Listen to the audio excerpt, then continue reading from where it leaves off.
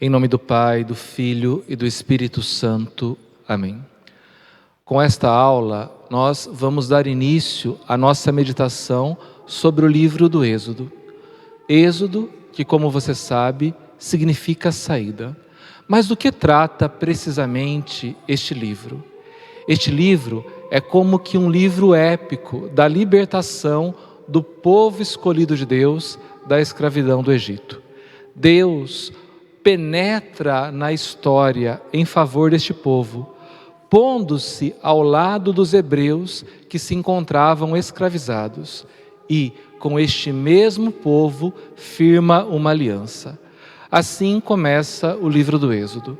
Eis os nomes dos filhos de Israel, que vieram para o Egito com Jacó, cada um com sua família: Rúben, Simeão, Levi, Judá, Issacar, Zabulon, Benjamim, Dan, Neftali, Gade e Asser.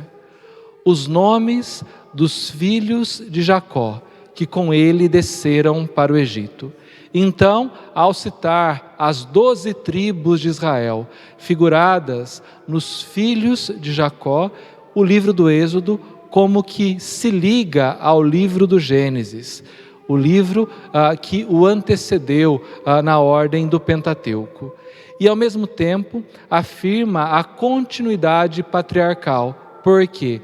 Porque relata justamente o momento em que Jacó, com sua família, desceu para o Egito. Então, descreve a continuidade da história do terceiro patriarca, Jacó, que foi nominado por Deus como Israel. Todas as pessoas saídas de Jacó eram em número de 70. José estava já no Egito, e morto José, assim como todos os seus irmãos e toda aquela geração, os israelitas foram fecundos e multiplicaram-se. Tornaram-se tão numerosos e fortes que a terra ficou repleta deles. Foram fecundos, multiplicaram-se, a terra ficou repleta deles. Uma forma exagerada de falar que o autor sagrado usa porque, como bom judeu, faz uso da hipérbole, do modo exagerado de falar. Evidentemente, o povo não se tornou tão numeroso neste momento como ele menciona aqui, mas tornou-se numeroso o suficiente para ser reconhecido ali no Egito e até ser perseguido por Faraó. Esta hipérbole teológica, então, que apresenta já um povo numeroso, faz do Egito uma espécie de útero acolhedor, onde a bênção geneasíaca da fecundidade acontece. Por quê? Porque ali o povo se multiplica de tal forma que se torna numeroso, segundo a linguagem do autor sagrado. Entretanto, subiu ao trono do Egito um novo rei, que não tinha conhecido José.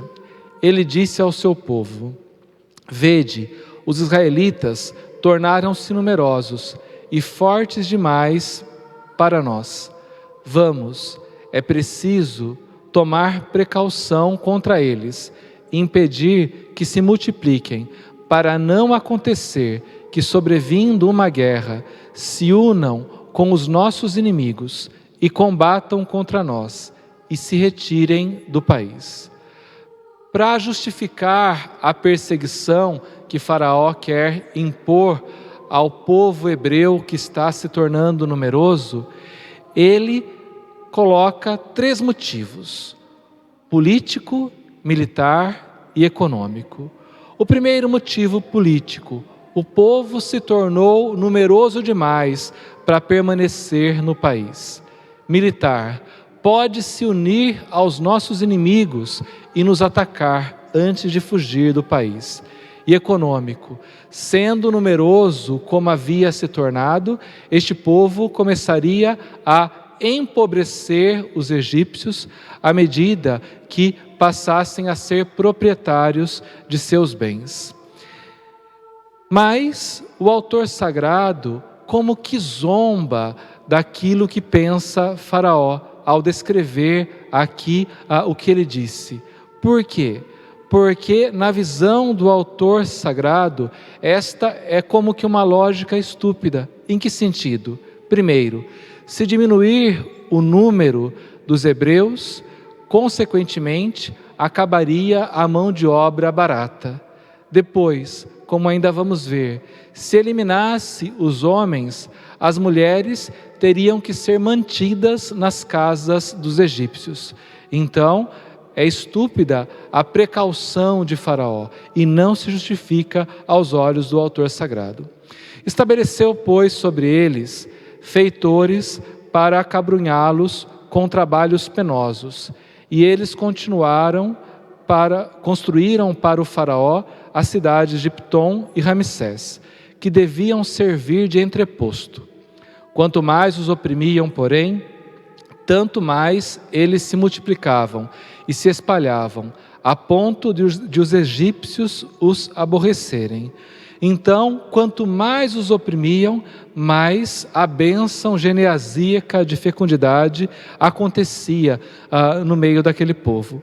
Impunha-lhes a mais dura servidão e amargurava-lhes a vida com duros trabalhos na argamassa e na fabricação de tijolos, bem como com toda sorte de trabalhos nos campos e todas as tarefas que se lhes impunham tiranicamente.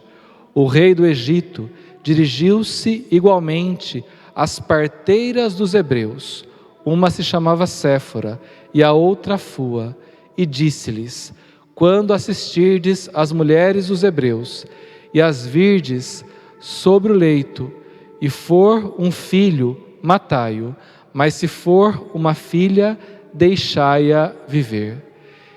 Faraó chama as parteiras. Não se sabe se as parteiras eram egípcias ou hebreias. Supõe-se que sejam hebreias, porque elas é que tinham contato com aquelas mulheres. Mulheres de pastores, considerados impuros aos egípcios. Então, pessoas com as quais os egípcios não queriam ter contato. Por isso se supõe que também eram hebreias. Estas parteiras são então aquelas que, como parteiras que são, estão presentes às fontes da vida. Isto é, quando uma criança vem à luz, quando uma mulher dá à luz um filho. Estão presentes às fontes da vida e por isso respeitam o autor da vida, como vamos ver na sequência do texto. Isto é, Deus que criou todas as coisas e que criou o homem e a mulher. Então, o que se vê aqui é que frente à perseguição dos homens, porque Faraó, sendo homem, é que impunha esta perseguição aos hebreus, surge a piedade salvadora das mulheres. Neste primeiro momento, a piedade salvadora das parteiras. Depois, da irmã e da mãe de Moisés. E até mesmo da princesa do Egito, da filha de Faraó. As mulheres, então, surgem como uma esperança para este povo escolhido de Deus. Mas as parteiras temiam a Deus, respeitavam o autor da vida e não executaram as ordens do rei do Egito, deixando viver os meninos. O rei mandou-as chamar, então, e disse-lhes: por que agistes assim e deixastes viver os meninos? Porque, responderam elas ao Faraó, as mulheres dos hebreus não são como as dos egípcios. Elas são vigorosas e já dão à luz antes que chegue a parteira. Então, além de arrumar uma justificativa para o Faraó, ainda como que zombam do Faraó, dizendo que as mulheres hebreias são mais fortes que as egípcias.